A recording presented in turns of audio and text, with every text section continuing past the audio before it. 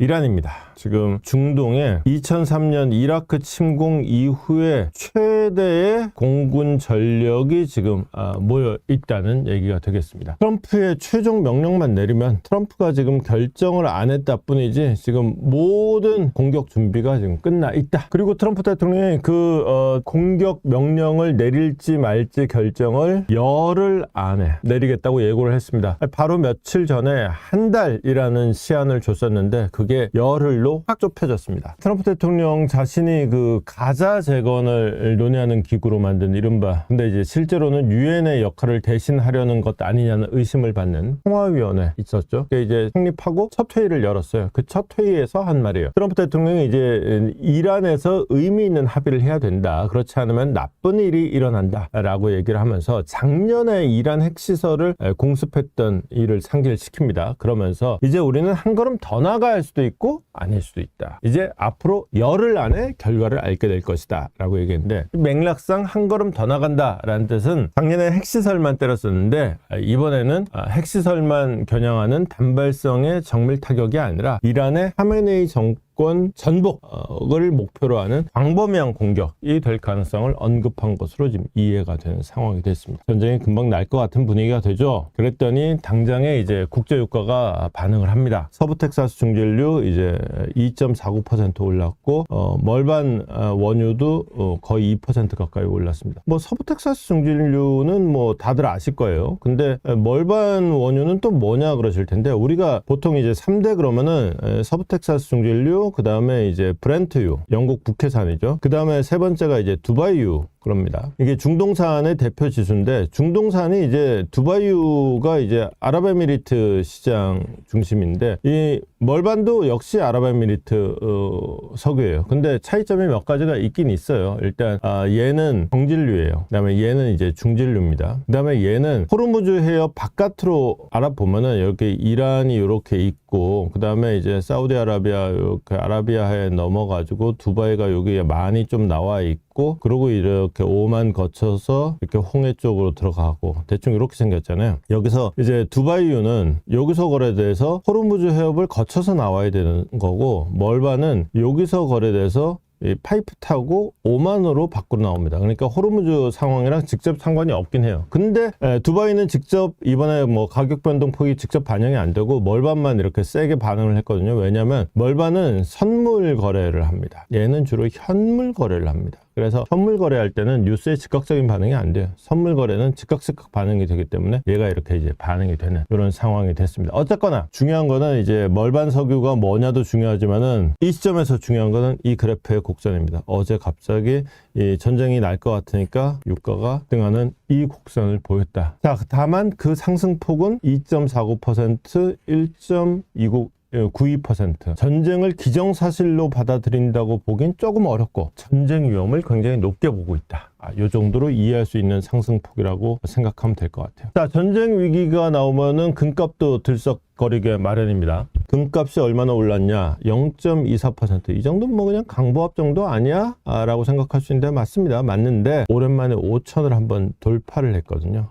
그래서 금값 상승이 좀 얘기가 됐습니다. 근데 약간의 진폭을 거쳐서 지금 여기는 5천이 채 안 되는 걸로 나왔는데, 지금은 아마 이후에 또 제가 요 화면 캡처한 다음에 좀 바뀔 수도 있을 겁니다. 어쨌거나 5천을 한번 다시 찍으면서 금값 상승도 관심을 모았습니다. 자, 다시 돌아와서 중동 상황을 이제 몇 가지를 점검을 해봐야 되는데, 트럼프가 지금 열흘을 얘기했잖아요. 왜 열흘을 말했냐? 일단 기존에 이제 그 오만 앞바다에 에이브레임 링컨함 항공모함이 한 대가 떡하게 있습니다. 항공모함 한 대라는 거는 항공모함이 한 대라는 거지, 거기 딸린 배가 뭐 구축함이니 호위함이니 해가지고 기본적으로 한 12척 정도가, 신에게는 12척이 있습니다. 예, 12척 정도가 기본적으로 따라갑니다. 예, 에이브레임 링컨이 여기 이미 떡하니 와 있고, 그 다음에 베네수엘라 해역에서 장사하던 저기 제럴드 포드함이 지금 저기 중동 해역에 지금 급파가 돼서 지금 보충하러 갔잖아요. 근데 일반적으로 상선이 베네수엘라에서 석유 가지고 중동으로 간다라고 가정하면은 일반적으로는 이렇게 아프리카 쪽 대서양을 남쪽으로 해가지고 아프리카를 밑으로 이제 희망봉을 돌아가지고 인도양 거쳐서 이렇게 가는 게 일반적입니다. 근데 제럴드 포드는 지금 어떻게 하고 있느냐? 여기서 그냥 단거리 뒷머리로 쫙 여기 지브롤터 해협 통과해가지고 지중해 거쳐가지고 수에즈 운하 거쳐서 홍해 거쳐서 아덴만을 거쳐서 오만 앞바다로 가는 동선을 택했어요. 이거를 혹시나 이렇게 갈지 사람들이 헷갈릴까봐 요 앞에서 일부러 나 여기 있지롱 그러고 광고하고 나 지금 지중해 들어간다 라고 광고를 하려고 일부러 위치 신호를 떡하니 켰어요.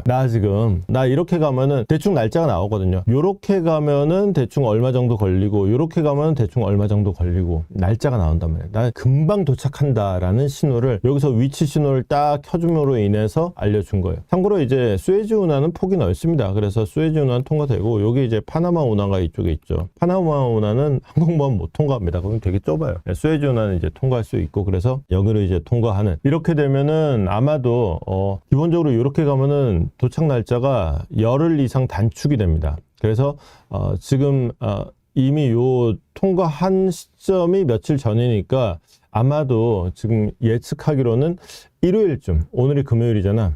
일요일쯤 또는 월요일쯤에는 오만 앞바다에 도착을 할 거다. 그럼 여기에 이제 미국 항공모함이 두 척이 떡하니 이제 있게 되는 이런 상황이 되겠습니다. 자, 이제 제럴드 포담까지 여기 있던 게 일로 가면은 딱 전쟁 준비 끝 이렇게 되는 거예요. 여기서 이제 또 한번 좀 체크해 볼 변수가 있습니다. 자, 요거는 이제 중동 지역에 있는 미군 기지들 위치예요. 여기 사우디아라비아에 있는 기지, 그 다음에 여기 바레인 기지, 그 다음에 여기 이제 아랍에미리트 기지, 요르단에 있는 기지, 뭐 이런 것들이 있는데 여기 크레타도 있긴 있습니다. 이것도 뭐 여차하면 중동에 투입될 수 있는 전력이긴 한데 아주 중요한 건 변수가 뭐냐, 이 미군 기지가 이렇게 많은데 지금 이걸 다 쓸 수가 없는 상황이 됐어요. 왜냐, 사우디아라비아하고 아랍에미리트가 얘들 미국 덕분에 사실은 권력 유지하는 애들이긴 한데 형님 미안한데 이란 공격할 때는 우리나라 영공은 쓰지 마세요. 우리나라 영공 빌려줬다가 얘들이 우리 땅에다 미사일 쏘면 골치 아프잖아요. 뭐 형님 못 도와드려서 미안한데 입장 아시죠? 형님 이번엔 안 됩니다. 쓰지 마세요. 이렇게 된 거예요. 즉 얘하고 얘는 공군기지로 못 써요. 이란에서 가까운 기지는 못 써요. 그래서 지난번에 이런저런 공군 전력의 보강 얘기를 하면서 요르단이 계속 언급이 됩니다. 지금 공군력의 보강이 전부 다 요르단 기지 여기로 다 보강이 이루어진 거예요. 그러면은 이제 사우디아라비아는 통과 못하니까 이라크를 통과해서 이렇게 이제 넘어가는, 참고로 바그다드는 여기 좀 있습니다. 이렇게 되는 이제 공격 노선이 되는 거예요. 또 하나는 자 이렇게 사우디아라비아하고 요르단을 못 쓰게 된다. 이렇게 되면은 항공모함이 필요하시는, 더 절실하게 필요한 겁니다. 지금 오만 앞바다에 지금 한 대가 가 있고 한 대가 더 가고 있죠. 그러면은 일로 통과를 못해? 알았어. 항공모함에서 직접 가지 뭐. 이런 방법이 하나가 있는 거예요.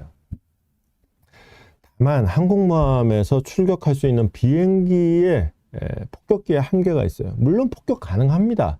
F-35C나 또는 이제 그 F-18 같은 경우, F-18이 우리 그 탑건 매버릭에서 톰 크루즈가 몰고 가갖고 상대 핵시설을 딱 대가리를 때리고 오는 거잖아요. 폭격기가 되는데 지난번에 포로도 핵시설 할 때 진짜 지하 깊숙이 있는 거를 그야말로 벙커버스터로 터뜨리려고 그러면 벙커버스터는 얘들이 못 갖고 가요.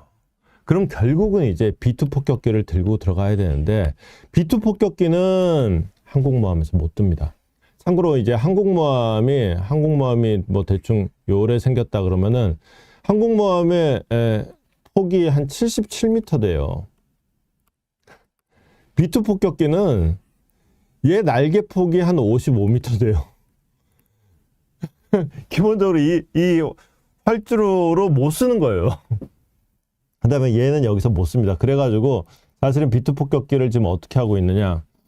이 지도에도 정확히는 안 나오는데 대충 여기 약간 벗어납니다. 요 한가운데쯤에 영국 공군기지가 있어요. 이거를 모리셔스에 반환했다 그래가지고 트럼프가 영국 비난하고 그랬었는데 디에고 가르시아 기지가 있거든요.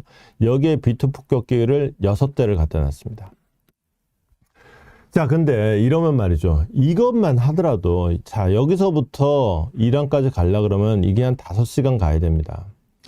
5시간을 가려 그러면 이것도 또 중간에 공중급유를 받아야 돼요. 그래서 이번에 이제 사우디하고 아랍에미리트가 영공 통과를 불허한다라고 얘기를 하면서 굉장히 중요해진 게 얘들이 지금 공중급유기가 지금 준비가 돼 있냐, 이게 굉장히 중요해졌는데 지금 이것까지 구비가 돼 있는 거예요.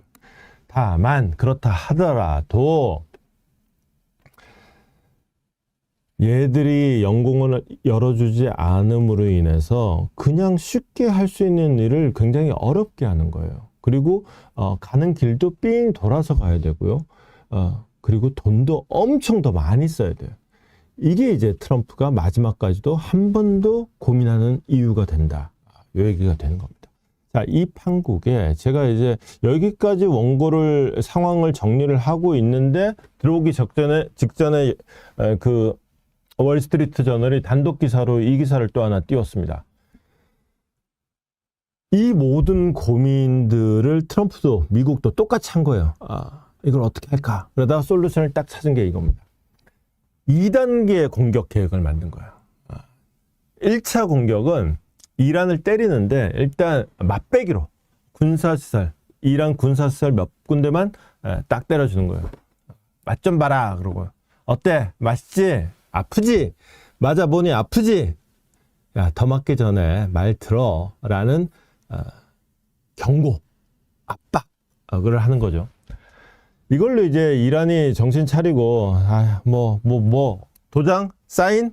어디 하면 되는데? 그러고 그냥 묻지도 따지지도 않고 사인 해주면 좋은데, 자, 그러면 이제 상황 종료예요. 근데 그게 아니고 가뜩이나 독에 바짝 올랐는데 맞기까지 했어.